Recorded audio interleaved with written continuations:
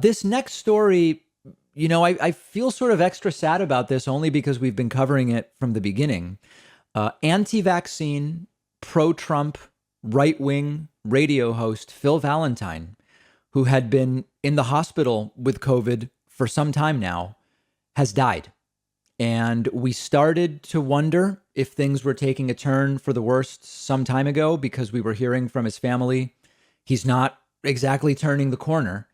And Phil Valentine has now died. We covered this from the very beginning. There's a Rolling Stone article laying it out, which explains a few days after Phil Valentine announced he had tested positive for COVID-19 on July 11th, the conservative talk show host wrote on Facebook he was doing my patriotic duty for natural herd immunity, sort of suggesting the way to get through this is for people to get sick and recover and develop herd immunity. This was a pretty big radio host. He had a national show on 100 stations for 12 years. He openly questioned vaccines on his show. He mocked the vaccination campaign with a song Vaxman, parodying the Beatles' Taxman. He said, I am certainly not getting the vaccine now, he said on July 14th, saying I have full immunity on the basis of his positive COVID diagnosis. He is now dead at 61. And as we had been following, his condition worsened steadily since being diagnosed. He was in the hospital a full 2 weeks and then placed on a ventilator. On July 30th, his brother said he was being transferred to an ECMO machine, which is, now we're talking not just ventilation, we're talking a machine that does the work of the heart and lungs. Phil Valentine wrote on Facebook on July 13th, you need to have a plan in case you get COVID. Make sure you get your vitamin D3 level checked and have a doctor on speed dial, listen to this, who will write you a prescription for ivermectin.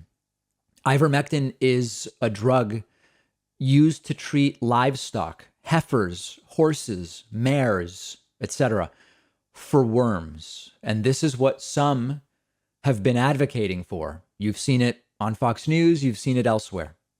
Phil Valentine saying, if you're at high risk of dying from COVID, I still strongly suggest you consider the vaccine.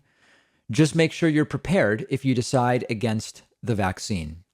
I'm not going to go on and on and on talking about all the different things that Phil Valentine said, but needless to say, he is now dead from coronavirus. Now, we heard from Republican Senator Marsha Blackburn. Republican Senator Marsha Blackburn tweeted about this, and she said, Phil Valentine was a visionary for the conservative movement, and he made an enormous impact on the lives of many Tennesseans.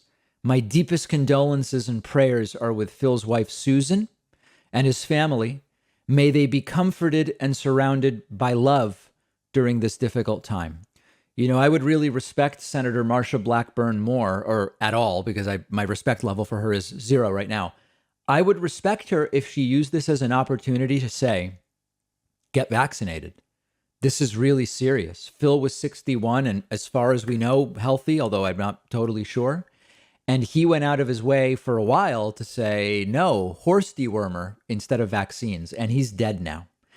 She didn't do that. She didn't even refer to the irresponsible nature of his anti-vax campaign. Now, if we have to find anything here that maybe we could say, is there any silver lining? Phil Valentine did become pro-vaccine in his final days, and he started encouraging people around him and messages getting out through the radio station through his brother saying, he now says, go and get yourself vaccinated. It is actually possible. Again, it's a bad situation, but if we can find something in it, it's possible that he will save some lives by virtue of becoming pro-vaccine and talking about it to a crowd that would be disproportionately vaccine skeptical, right-wingers, his audience, once he was very sick. It didn't save him, and he still promoted the horse dewormer ivermectin, really dangerous weaponized stuff.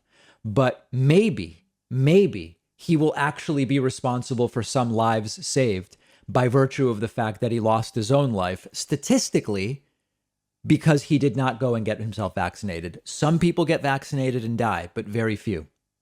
In all likelihood, being vaccinated would have saved his life. Now he is dead. Maybe his followers will follow his most recent advice, which is go and get yourself vaccinated.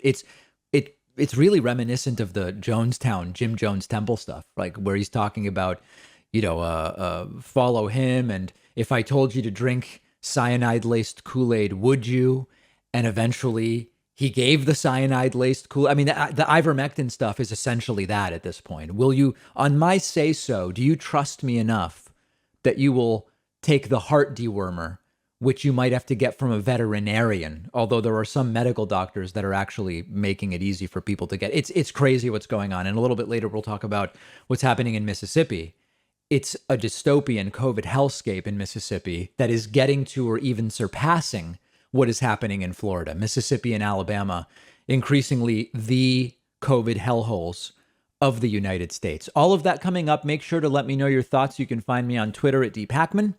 And by the way, we are now only 5.5 million YouTube views from 1 billion YouTube views. When we get to that billion, we're going to do a huge membership special. You can be notified by getting on my newsletter at davidpackman.com. But what a number, 1 billion views coming up really, really soon.